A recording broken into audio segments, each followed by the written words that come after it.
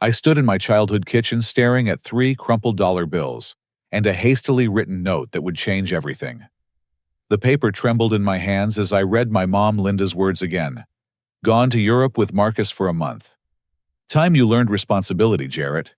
Figure things out.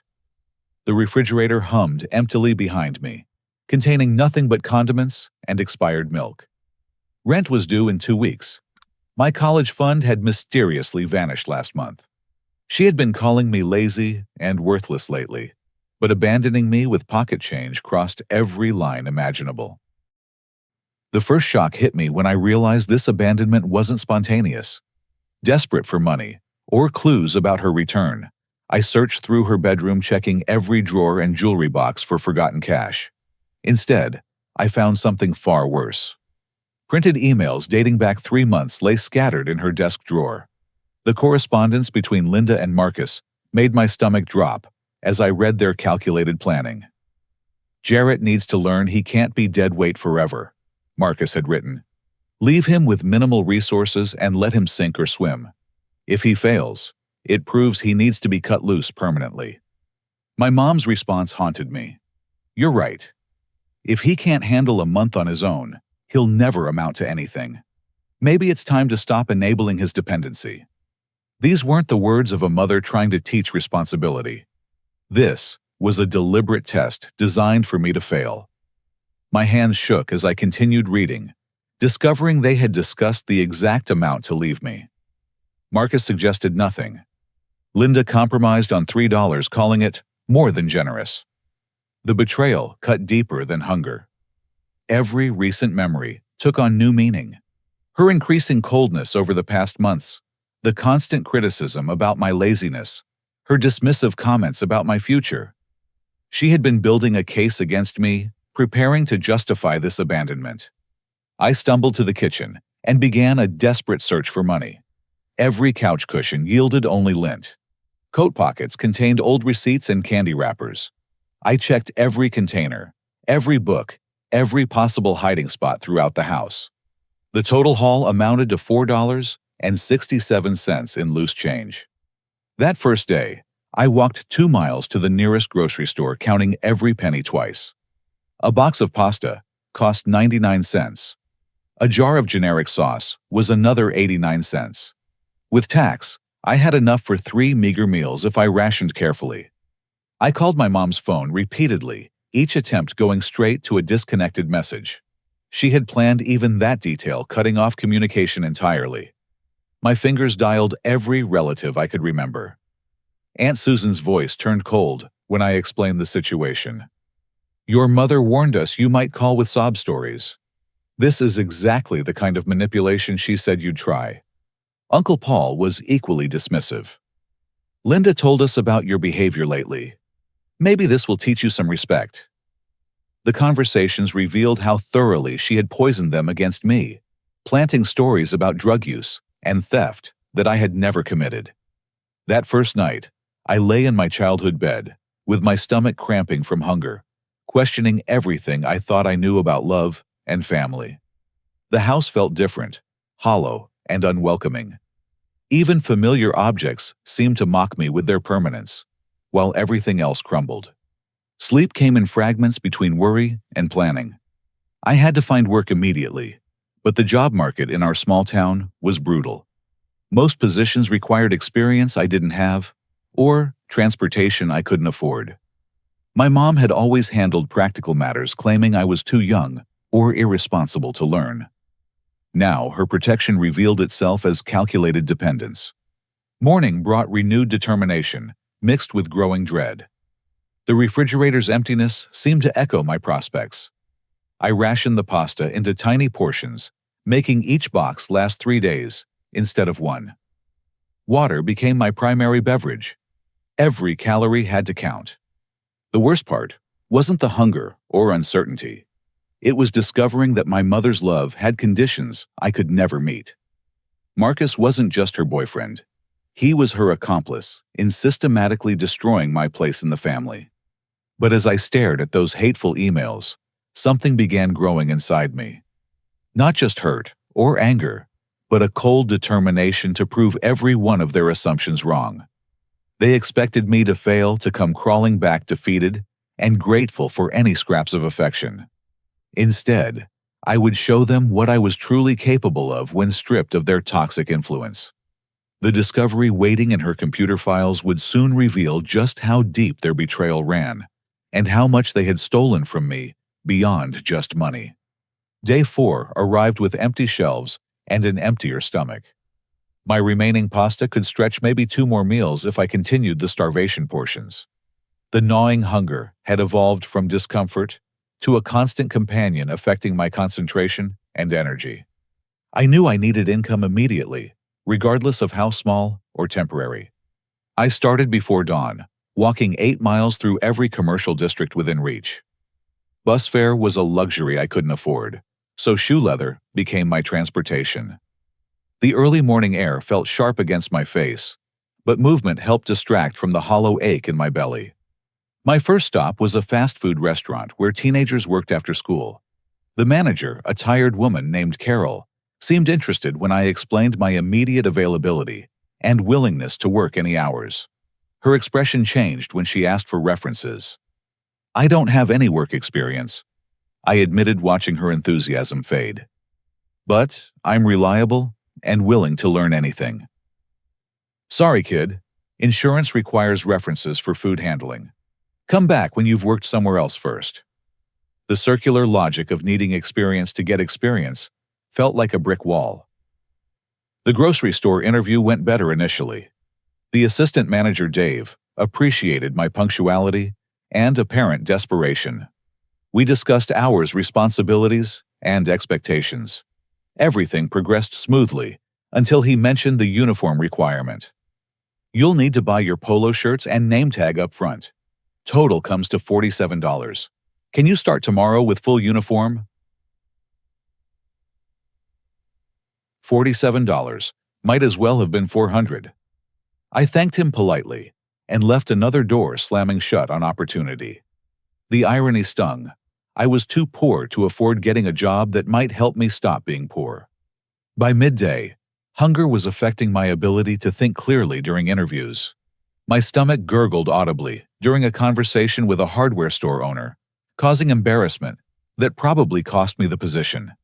I tried drinking more water to fill the emptiness, but it only made me feel waterlogged and weak. Walking past the neighborhood food bank, I noticed a line of families waiting outside. My pride warred with my desperation. I approached the volunteer coordinator, a kindly older woman distributing information pamphlets. "I need help," I said simply. "I haven't eaten a real meal in 4 days." She looked me over sympathetically. "Do you have identification proof of address and documentation of your current income level?" I had identification, but lived at my mom's address with no bills in my name. My income level was 0, but proving that required documentation I didn't possess. The bureaucracy of charity felt almost as impossible as finding work. "Come back when you have the paperwork. We'll be here every Tuesday and Friday," she offered gently. Defeated, I wandered behind a shopping center where dumpsters lined the service road. The sight of discarded food made my mouth water, despite knowing the health risks. Before I could make any desperate decisions, a voice called out, "Hey there, young man. You look like you're having a rough time." Jake appeared from behind a row of shopping carts loaded with bottles and cans. His clothes were worn, but clean, his gray beard neatly trimmed.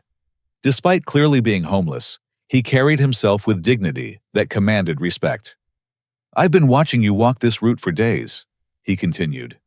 "Seen that look before. When's the last time you ate something substantial?" Something about his direct kindness broke through my defenses. 4 days ago, I've had some pasta, but... I trailed off, embarrassed by my situation. Jake nodded knowingly. "Pride's a luxury you can't afford right now, son. Come with me." He led me to a small camp, hidden in a grove of trees behind an abandoned strip mall.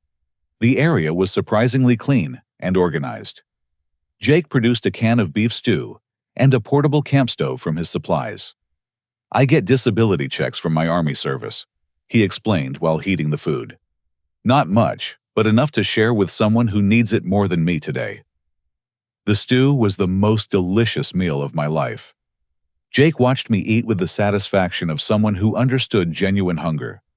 Between bites, he shared survival wisdom earned through hard experience. Bottle and can recycling pays 5 cents each in this state. Good exercise, honest work, and nobody asks for references. Start at dawn, hit the business districts during lunch hours, check parks after evening events. You can make $20 to $30 a day if you hustle.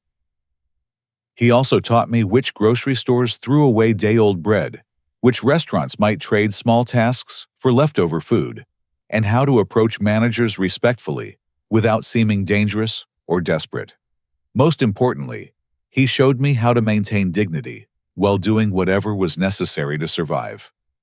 Hardship doesn't define you, Jake said as we finished eating. How you respond to it does. Some folks get broken by tough times. Others get forged stronger. Which one are you going to be? That afternoon, I started collecting bottles and cans with borrowed bags from Jake. The work was tedious and sometimes humiliating, especially when former classmates drove past and stared. But every container represented progress toward independence. My first day of recycling earned me $14.60. Not enough for rent, but sufficient for several days of food if I shopped carefully. More importantly, it was money I had earned through honest effort, rather than charity or manipulation. I used part of those earnings to buy a notebook and began tracking every penny. Income expenses, potential opportunities, and daily goals filled the pages. Organization became my weapon against chaos. Jake introduced me to other survival strategies. I learned about day labor sites where contractors hired workers by the hour. The pay was better than recycling, but competition was fierce among experienced workers. Still, I managed to get picked for a few moving jobs and yard cleanups. Washing car windows at busy intersections provided another income stream. Drivers appreciated someone polite and efficient, rather than aggressive or demanding. I developed a system clean. First, accept whatever payment was offered gratefully. Never argue or pressure anyone. Within a week, I had earned $63 through various odd jobs. My body was getting stronger from the physical labor, and my confidence grew with each small success. More importantly, I was learning skills and developing work habits that no amount of classroom education had taught me. But the real education came through Jake's stories about resilience and self-reliance. His military service in Vietnam, struggles with addiction after returning home, years of homelessness, and eventual stability through determination and community support. He became the father figure I had never really had, teaching practical wisdom alongside genuine care. The discovery I made that evening, however, would fuel an anger that transformed my growing strength into unstoppable determination. Because while I was learning to survive on scraps, my mom was living like royalty on money that should have been mine. Scrolling through social media on the library's public computers, I discovered something that ignited a rage I had never experienced. My mom's Facebook profile showed a constant stream of photos from her European vacation. Gourmet meals in Parisian restaurants, luxury hotel rooms with stunning views, shopping excursions through expensive boutiques, wine tastings in Italian vineyards. A single dinner she posted cost more than she had left me for the entire month. The rage propelled me home with dangerous energy. I had avoided using her computer before respecting boundaries that apparently didn't exist. Now, those boundaries seemed laughably naive. If she could abandon me with $3, I could certainly investigate what she had hidden from me. Her passwords were saved in the browser, revealing financial accounts I never knew existed. The first shock was my college fund balance history. 3 months earlier, it contained $52,437. Now it showed zero, with a series of transfers to accounts labeled European Adventure Fund and Marcus Personal Account. She had stolen my entire educational future to fund her vacation with a man I barely knew. But that was only the beginning. Property records showed she owned 3 rental houses across town, generating over $4,000 monthly in income. Bank statements revealed savings accounts, investment portfolios, and certificates of deposit totaling nearly $200,000.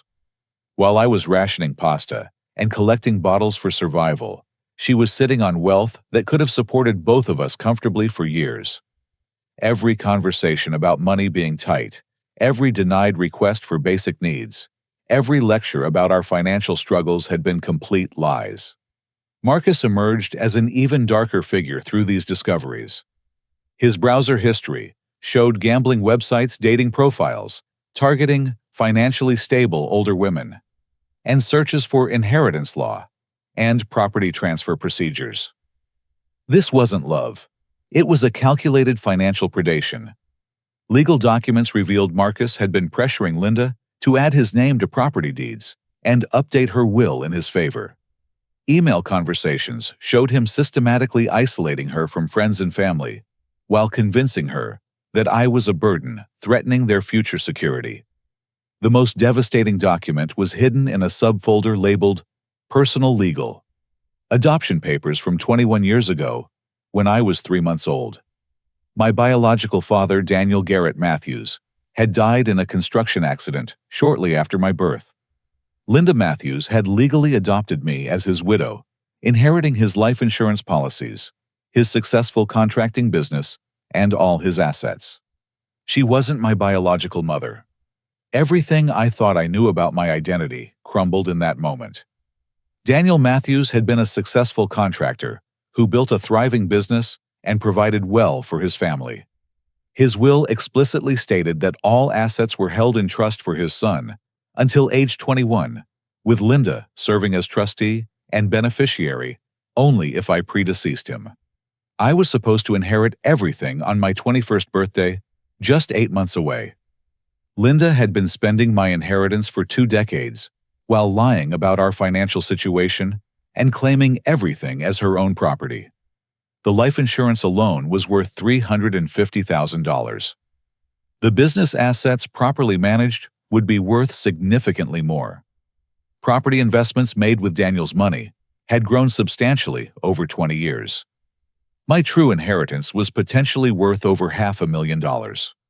But the emotional betrayal cut deeper than the financial theft.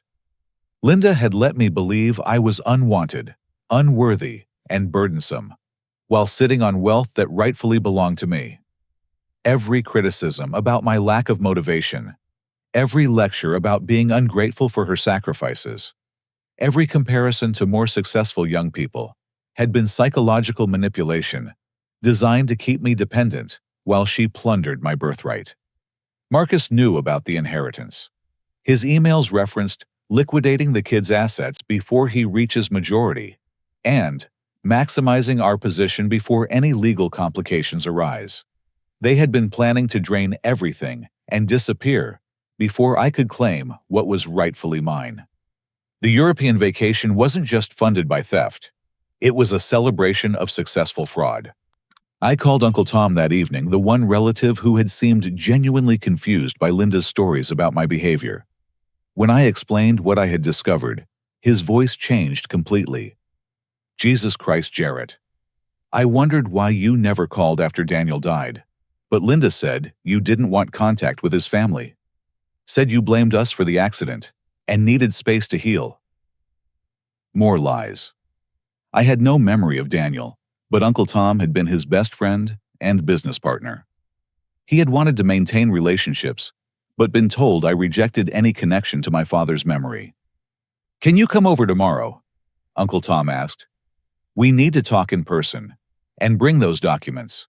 Linda's committed serious crimes, and you need legal representation immediately."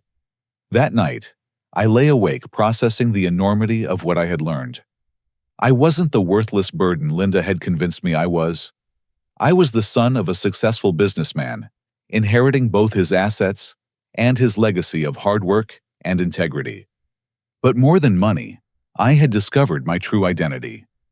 Daniel Matthews had been respected in the community, known for fair dealing and quality work. His friends and business associates had been kept away from me through Linda's manipulation, depriving me of connections that could have shaped my development positively.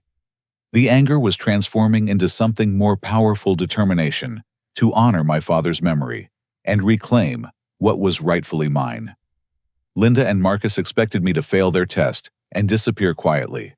Instead, I would show them exactly what Daniel Matthews' son was capable of accomplishing.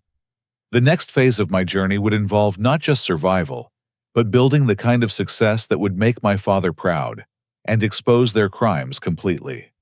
Uncle Tom lived in a modest ranch house 15 minutes from downtown, surrounded by work trucks and construction equipment that spoke of honest prosperity. When he answered the door, I saw Daniel's features reflected in his weathered face.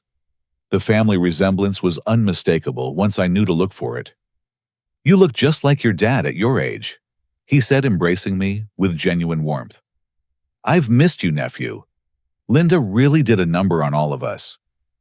Inside his kitchen, surrounded by the comfortable clutter of a working man's life, Uncle Tom poured coffee and prepared to share 20 years of suppressed family history. Photos lined the mantelpiece, showing Daniel and Tom working together, building homes and commercial projects throughout the region. "Your father was the smartest contractor I ever knew," Tom began. "He could look at a building site and see exactly how everything needed to come together. Had a gift for managing people too. Workers respected him because he never asked them to do anything he wouldn't do himself." Daniel Matthews Construction had been one of the most respected firms in 3 counties. They specialized in custom homes and light commercial work, building a reputation for completing projects on time and above standard. Daniel's personal philosophy was simple: do the work right. The first time, treat people fairly, and success would follow naturally.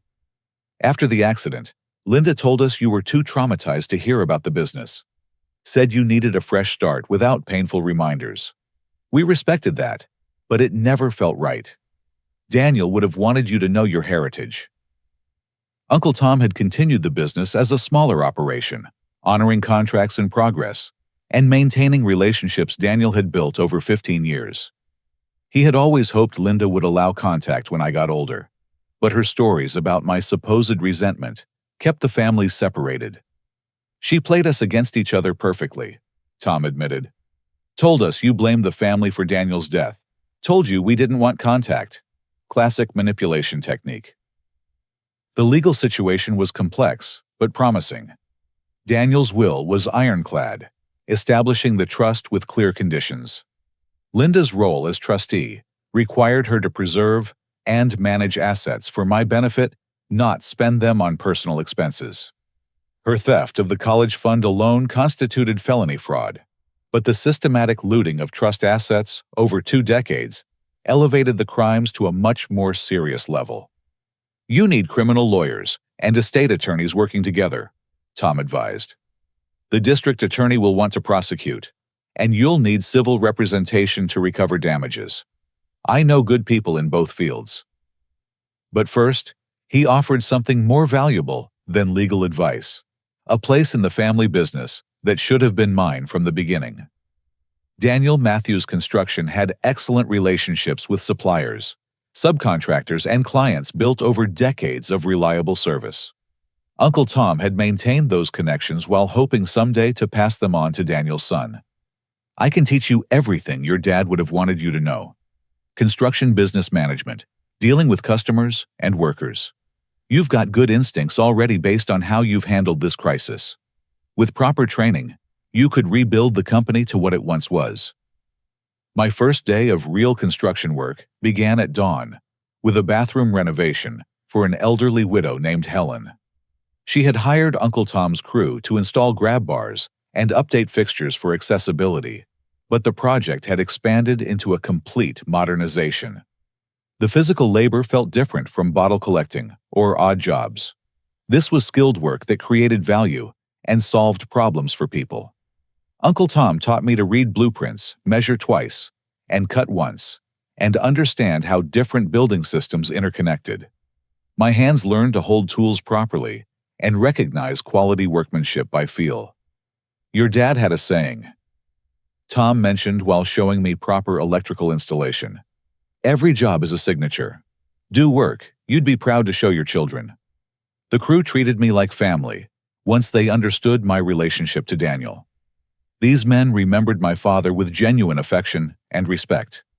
They shared stories about his fairness, his insistence on safety protocols, and his ability to solve problems creatively under pressure.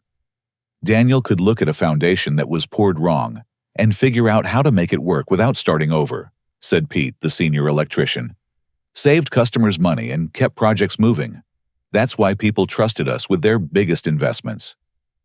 Within a week, I was contributing meaningfully to projects rather than just carrying supplies. My hands developed calluses from honest work. My back strengthened from lifting and carrying materials. More importantly, my confidence grew as I mastered new skills daily. Uncle Tom was also teaching me the business side of construction, how to estimate materials accurately, price jobs competitively, while maintaining profitability, and build relationships with reliable suppliers. The economics were fascinating. Successful contractors balanced quality, speed, and cost while managing multiple projects simultaneously. Construction is really a people business, Tom explained. You're managing workers, satisfying customers, coordinating with inspectors and suppliers. The building part is just putting pieces together properly. My first paycheck was $425 for 1 week's work. More money than I had ever held at one time, earned through skills that would serve me for life. But the real payment was discovering my identity as Daniel Matthews' son and Tom's nephew. Living in the family business felt like coming home to a place I had never known existed. The men on our crew became surrogate older brothers, teaching me not just construction techniques, but life lessons about integrity, perseverance, and taking pride in honest work. When Uncle Tom suggested I move out of Linda's house and into the small apartment above his workshop, I jumped at the opportunity. The space was modest, but clean, and rent was reasonable enough for my growing income. More importantly, it provided independence from the toxic environment where I had been systematically devalued and manipulated. Setting up my first real bank account felt like a milestone in becoming an adult.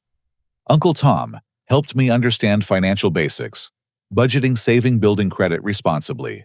He also recommended continuing education opportunities, including night classes in business management and construction technology.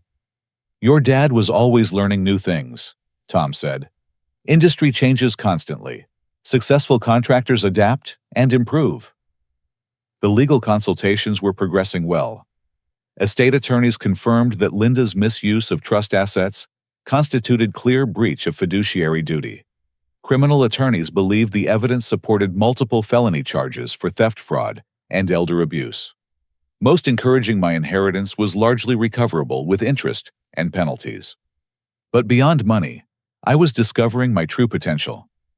Construction work revealed natural aptitudes I never knew I possessed.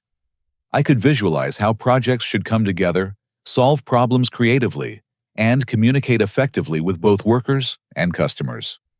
These were gifts inherited from my father, finally able to express themselves in the right environment.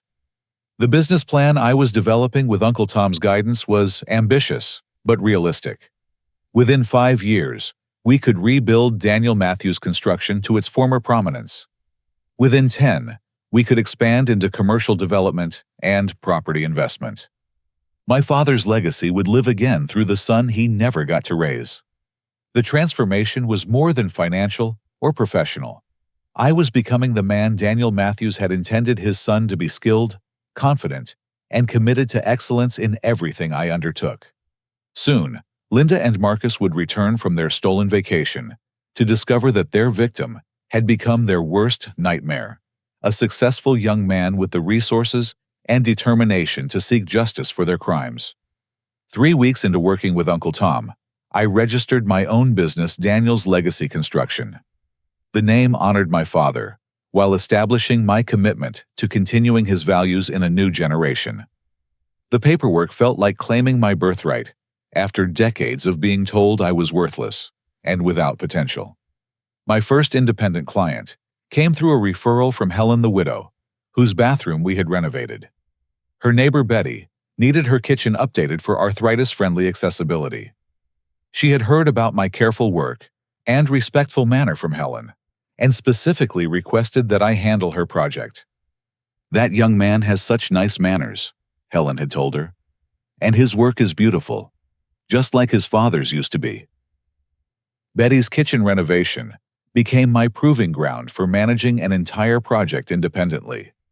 I measured the space, carefully researched accessible design principles, and created a detailed proposal that balanced her needs with her budget. Uncle Tom reviewed my plans and pricing, offering suggestions, but letting me take full responsibility. The project required removing old cabinets, updating electrical and plumbing, installing new flooring, and fitting custom cabinetry with pull-out drawers and lowered countertops. I hired Jake, the veteran, who had helped me survive those first desperate weeks, as my assistant after helping him find stable housing. "You're giving me a chance when nobody else would," Jake said on our first morning working together. "I won't let you down." Jake's military experience had taught him attention to detail and systematic approaches to complex tasks. His gratitude for the opportunity translated into meticulous workmanship and unwavering loyalty. Together, we completed Betty's kitchen in 5 days, 3 days ahead of schedule and slightly under budget. Betty's reaction when she saw the finished kitchen was everything I had hoped for. She ran her hands along the smooth countertops, opened and closed the easy-access drawers, and smiled with genuine joy at how beautiful and functional her space had become. "This is exactly what I dreamed of, but never thought I could afford," she said, tears in her eyes. "You've given me my independence back." Her online review was glowing. Daniel's Legacy Construction transformed my kitchen with skill, respect, and fair pricing. Jarrett is professional, courteous, and does beautiful work. I recommend him completely. Word spread quickly through the neighborhood network of older homeowners. My phone began ringing with requests for estimates on bathroom modifications, kitchen updates, accessibility improvements, and general home maintenance. Each project was an opportunity to build my reputation and develop new skills. I hired 2 more workers. As business increased, Carlos, an experienced carpenter who had worked with Uncle Tom for years, and Bobby, a young electrician just completing his apprenticeship. The team dynamic was excellent. Everyone understood we were building something special together, not just completing individual jobs. My business model focused on quality over quantity. Rather than rushing through multiple projects simultaneously, we concentrated on exceeding customer expectations on each job. This approach generated referrals and repeat business more effectively than advertising could have achieved. The financial results were encouraging.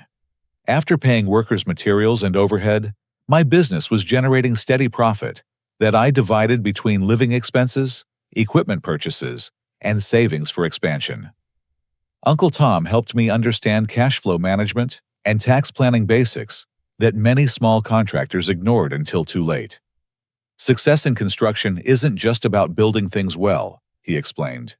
"It's about managing money, people, and time effectively." Your dad understood that, which is why his business thrived. I enrolled in evening business management classes at the community college while continuing full-time construction work. The coursework covered accounting principles, contract law, employee relations, and marketing strategies, specifically relevant to small contractors. My grades were excellent, proving intellectual capabilities that Linda had always dismissed. More importantly, I was developing confidence in my ability to learn complex subjects and apply knowledge practically. Years of being told I was lazy and incompetent had created self-doubt that success was gradually erasing. Every completed project, satisfied customer, and profitable month proved my worth in concrete terms that manipulation couldn't undermine. The legal proceedings were advancing steadily. My attorneys had gathered overwhelming evidence of Linda's theft and fraud spanning 2 decades. Bank records, property transfers, and investment transactions created a clear trail of systematic asset conversion. The district attorney's office was preparing criminal charges that would likely result in significant prison time for both Linda and Marcus.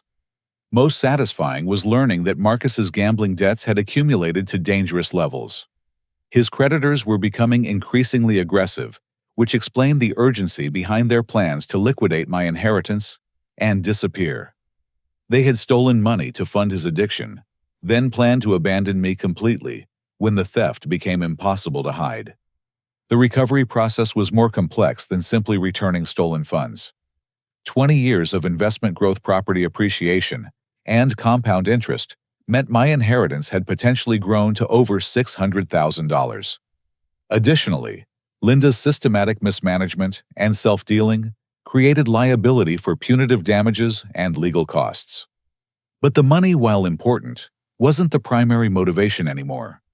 I was driven by the opportunity to honor my father's memory and prove that his son could build something meaningful from the foundation he had provided. Every satisfied customer, every successful project, every dollar earned honestly felt like a conversation with the man I had never known, but was coming to love deeply. The business was expanding beyond simple repairs and accessibility modifications. We received requests for room additions, deck construction, and small commercial projects. My reputation for reliability and fair dealing was spreading throughout the construction community, opening opportunities for larger and more complex work. Uncle Tom was considering retirement with plans to sell his business assets to me when I was ready to take full responsibility. The transition would give me access to established supplier relationships, equipment inventory, and customer lists built over decades of quality service. Combined with my inheritance recovery, I would have resources to compete for significant projects immediately upon taking over. The physical transformation was as dramatic as the financial success. Construction work had built muscle and endurance while improving my posture and confidence. I carried myself differently now, with the bearing of someone who knew his worth and capabilities. The reflection in mirrors showed Daniel Matthews's son, not Linda's disappointing burden. But the most meaningful change was internal. I had discovered my identity as a builder, someone who solved problems and created value through skilled work and honest dealing. This was who I was meant to become, the man my father would have raised if he had lived to guide my development. Soon, Linda and Marcus would return to discover that their victim had become everything they claimed. I could never be: successful, independent, and surrounded by people who respected and valued my contributions to their lives. The confrontation was approaching rapidly, and I was ready for whatever they might try. The call from my attorney, Sarah Richardson, came on a Tuesday morning while I was installing crown molding in a client's dining room. "They've booked return flights for next Wednesday," she informed me. "Are you ready for what's going to happen?" I was more than ready. The past 6 weeks had been a whirlwind of business growth, legal preparation, and personal transformation. My construction business was booked solid through the end of the year. My inheritance recovery was nearly complete, and the criminal case against Linda and Marcus was ironclad. "The district attorney wants to coordinate arrests for maximum impact," Sarah continued. "They'll be charged with multiple felonies the moment they clear customs. Your testimony will be crucial for securing convictions." Detective Morrison, the financial crimes investigator handling the case, met with me that afternoon to finalize timing and evidence presentation. A quiet man with 30 years of experience, he had seen every type of fraud imaginable, but Linda's systematic theft of her adopted son's inheritance particularly disgusted him. "What she did goes beyond stealing money," he explained. "She stole your identity, your family connections, and your future opportunities. The psychological abuse compounds the financial crimes significantly." The evidence was overwhelming. Bank records, property transfers, email communications, and witness testimony created a timeline of deliberate asset conversion spanning 2 decades. Marcus's gambling debts and criminal background added conspiracy charges and enhanced penalties. Both faced minimum sentences of 5 to 10 years in federal prison. But I wasn't content with simply prosecuting their crimes. I wanted Linda to return to a reality that demonstrated exactly how wrong her assumptions about my potential had been. The house they expected to find abandoned and deteriorating would instead showcase everything I had accomplished through honest work and determination. Using part of my recovered inheritance, I purchased the family home from Linda's mortgage company. Her European vacation spending spree had triggered default proceedings, making the property available at a significant discount. The irony was perfect. Her theft funded my acquisition of her primary asset. I brought my entire construction crew to renovate the house completely over one intensive weekend. We updated every system, installed premium fixtures and finishes, and transformed the property from a tired family home into a showcase of quality craftsmanship. The work was therapeutic, erasing traces of manipulation and abuse, while creating something beautiful. Jake managed the painting crew with military precision, ensuring every surface was perfectly prepared and finished. Carlos and Bobby handled electrical and plumbing updates that brought everything to current code standards. I focused on cabinet installation and finish carpentry that demonstrated skills Linda claimed I could never develop. Uncle Tom supervised the project with evident pride in what his nephew had accomplished. "Your father would be amazed to see this," he said, running his hands along custom millwork I had designed and built myself. "You've got his eye for quality and his attention to detail." The security system installation was extensive cameras covering every entrance, and interior space motion sensors, automated lighting, and professional monitoring service. I wanted complete documentation of Linda's reaction when she discovered her changed circumstances. My business was thriving beyond all expectations. Daniel's Legacy Construction had completed over 30 projects with perfect customer satisfaction ratings. Online reviews consistently praised our professionalism, craftsmanship, and fair pricing. The appointment book was full through the following spring, with a waiting list for preferred customers. The financial growth was equally impressive. Business profits combined with inheritance recovery had created a substantial foundation for expansion. I was considering purchasing Uncle Tom's business equipment and client list when he retired next year. The combined operations would position us to compete for major residential and light commercial projects. More importantly, I had built a reputation in the construction community as someone who honored commitments and delivered exceptional results. Suppliers extended credit terms, usually reserved for established contractors. Subcontractors competed for opportunities to work on my projects. Real estate agents recommended my services to their clients routinely. The college enrollment paperwork was submitted for engineering classes starting in January. My construction experience would provide practical context for theoretical knowledge, while the degree would enhance credibility for larger projects requiring professional certification. Uncle Tom was arranging his schedule to accommodate my class attendance while maintaining business operations. My personal life had stabilized completely. The apartment above Uncle Tom's workshop was comfortable and convenient, but I was planning to purchase a small house in the spring. Something I could renovate gradually while building equity and establishing roots in the community where my father had been respected. Jake had become like an older brother, celebrating 6 months of steady sobriety while saving money for his own apartment. His transformation from homeless veteran to skilled craftsman inspired everyone on our crew. Bobby and Carlos were developing into excellent workers who took pride in representing Daniel's Legacy Construction on every job. The emotional preparation was as important as the practical arrangements. I had worked with a counselor to process the trauma of abandonment and systematic devaluation, while developing healthy responses to Linda's inevitable manipulation attempts. Understanding her psychology helped me anticipate and prepare for whatever tactics she might employ. "She'll try guilt, anger denial, and bargaining," the counselor explained. "Narcissists follow predictable patterns when their control is threatened. Stay focused on facts and consequences rather than engaging emotionally."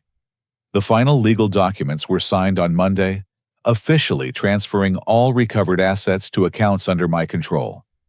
The total value exceeded $700,000 when compound interest and penalty awards were included. Additionally, Linda faced personal liability for damages and legal costs that would likely consume any remaining assets she possessed. Tuesday evening, I walked through the renovated house one final time before Linda's return. Every room reflected quality workmanship and attention to detail that she had claimed I could never achieve. The kitchen where she had left me with $3 now featured custom cabinetry and premium appliances that demonstrated both skill and success. Uncle Tom, Jake, and the rest of my crew would be present tomorrow to witness justice being served. These men had become my true family, bound by mutual respect and shared commitment to honest work and fair dealing. Their presence would remind Linda that her victim had found people who valued and supported his growth rather than undermining it systematically. My phone rang with the final confirmation. Linda and Marcus's flight would arrive at 3:15 Wednesday afternoon. By evening, their carefully planned manipulation would collapse, completely replaced by accountability for crimes that had destroyed trust and stolen opportunities from someone they claimed to love. I was ready to show them exactly what Daniel Matthews' son had become when freed from their toxic influence and supported by people who believed in his potential. The taxi pulled into the driveway at 4:45 Wednesday afternoon, 20 minutes later than expected. I watched from the front window as Linda stepped out, looking tanned and relaxed from her stolen vacation. Marcus emerged from the other side, immediately surveying the property with suspicious eyes that missed nothing. Their first shock was obvious. The house looked completely different. Fresh paint, new landscaping, updated fixtures, and pristine maintenance created an impression of prosperity and care that contradicted their expectations of finding abandonment and decay. Linda fumbled with her house key, confusion evident as she tried to process what she was seeing. The locks had been changed, of course, but she didn't understand that yet. Marcus was examining the security cameras and professional lighting system that hadn't existed when they left. I opened the front door before they could knock, dressed in clean work clothes that conveyed both success and readiness for labor. My appearance had changed dramatically over 6 weeks. Muscles built through construction work, confident posture, and clear skin from proper nutrition and purpose-driven living. "Welcome home," I said calmly, blocking their entry into what was no longer their house. Linda's face went through several expressions: rapidly surprise, confusion, suspicion, and growing alarm as she realized something fundamental had changed during their absence. "Jarrett." "What? Why do you look so different? And what happened to the house?"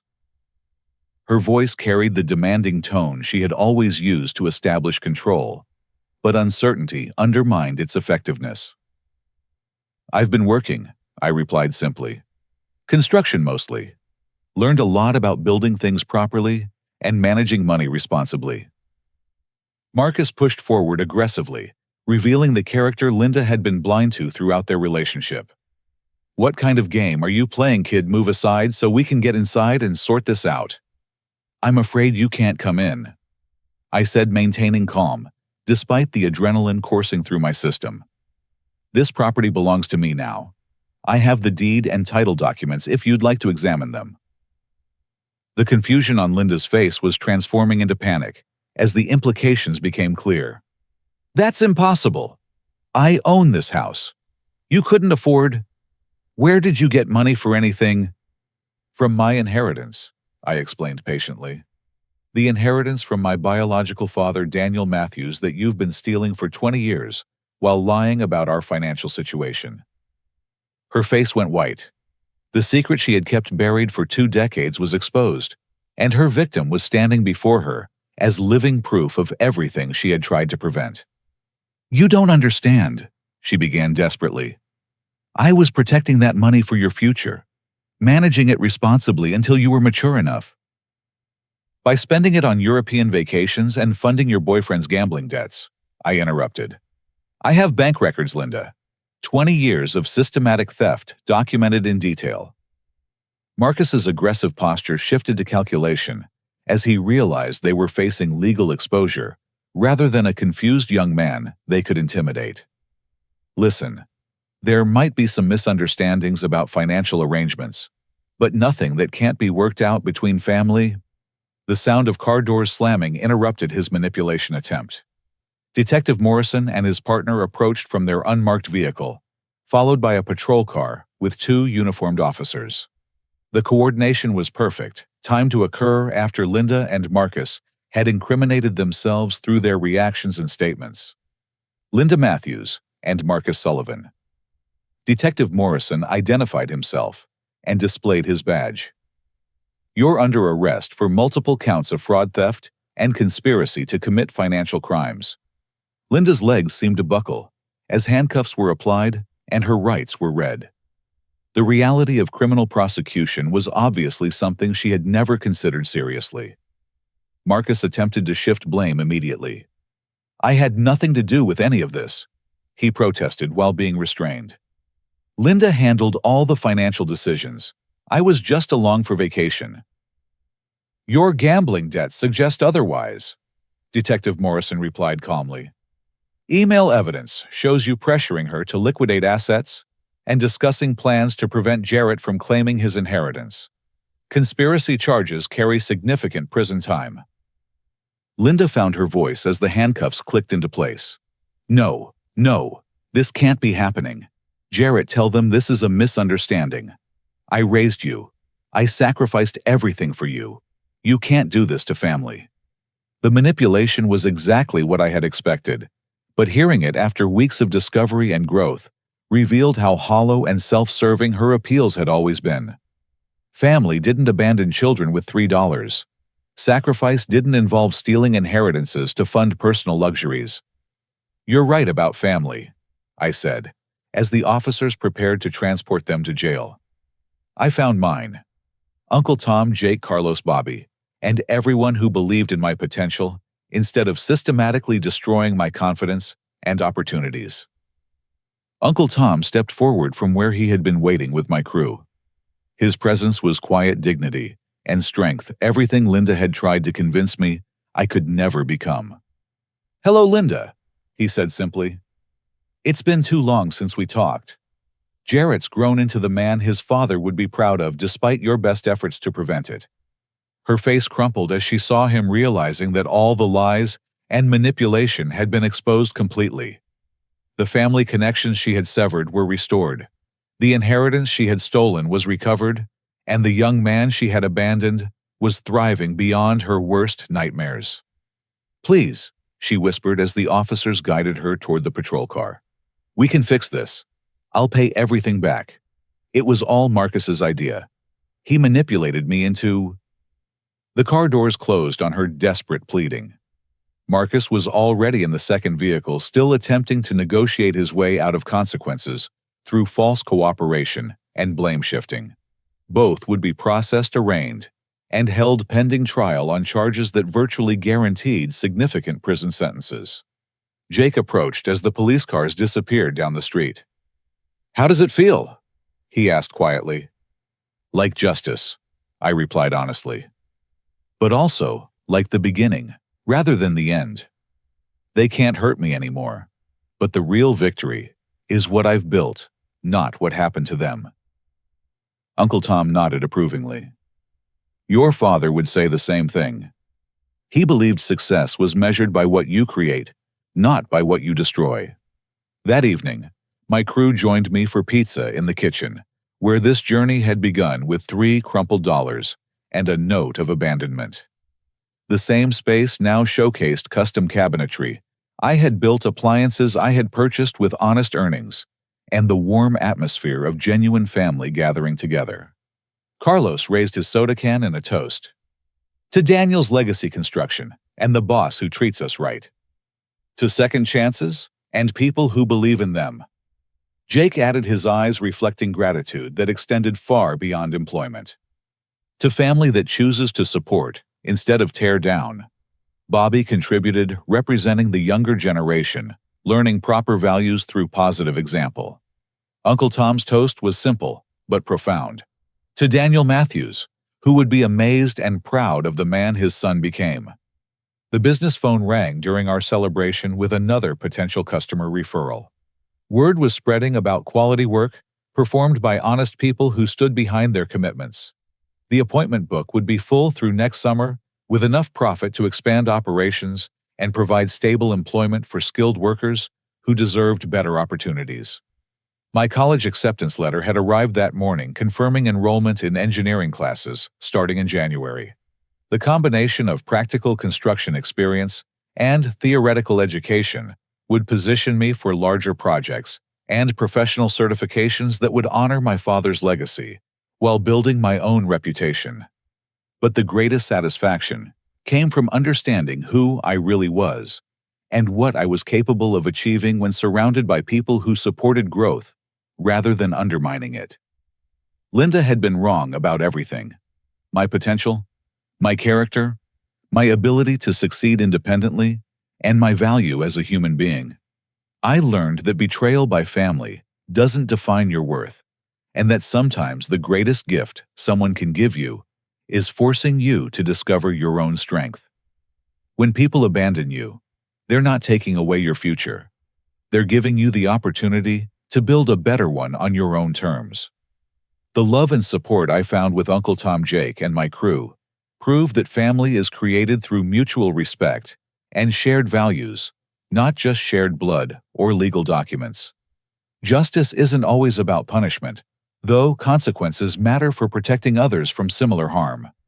Real justice is about proving that victims can become victors through honest effort, determination, and the courage to reject other people's limiting beliefs about what we can accomplish. Have you ever faced a situation where someone tried to convince you that you weren't capable of success, only to discover they were completely wrong when you got the chance to prove yourself? I'd love to hear your stories about overcoming unfair treatment and building something meaningful from difficult circumstances. Please share your experiences in the comments below. If this story of transformation and triumph resonated with you, please like this video and subscribe for more inspiring tales of people who refuse to accept other people's limitations and built extraordinary lives through determination and hard work. Don't forget to share this story with anyone who might need encouragement that their current circumstances don't determine their future potential. Thank you for joining me on this journey from abandonment to success. Remember that every ending can become a new beginning when you're willing to work for what you deserve and surround yourself with people who believe in your potential. Until next time, keep building something worthy of your best efforts and highest dreams.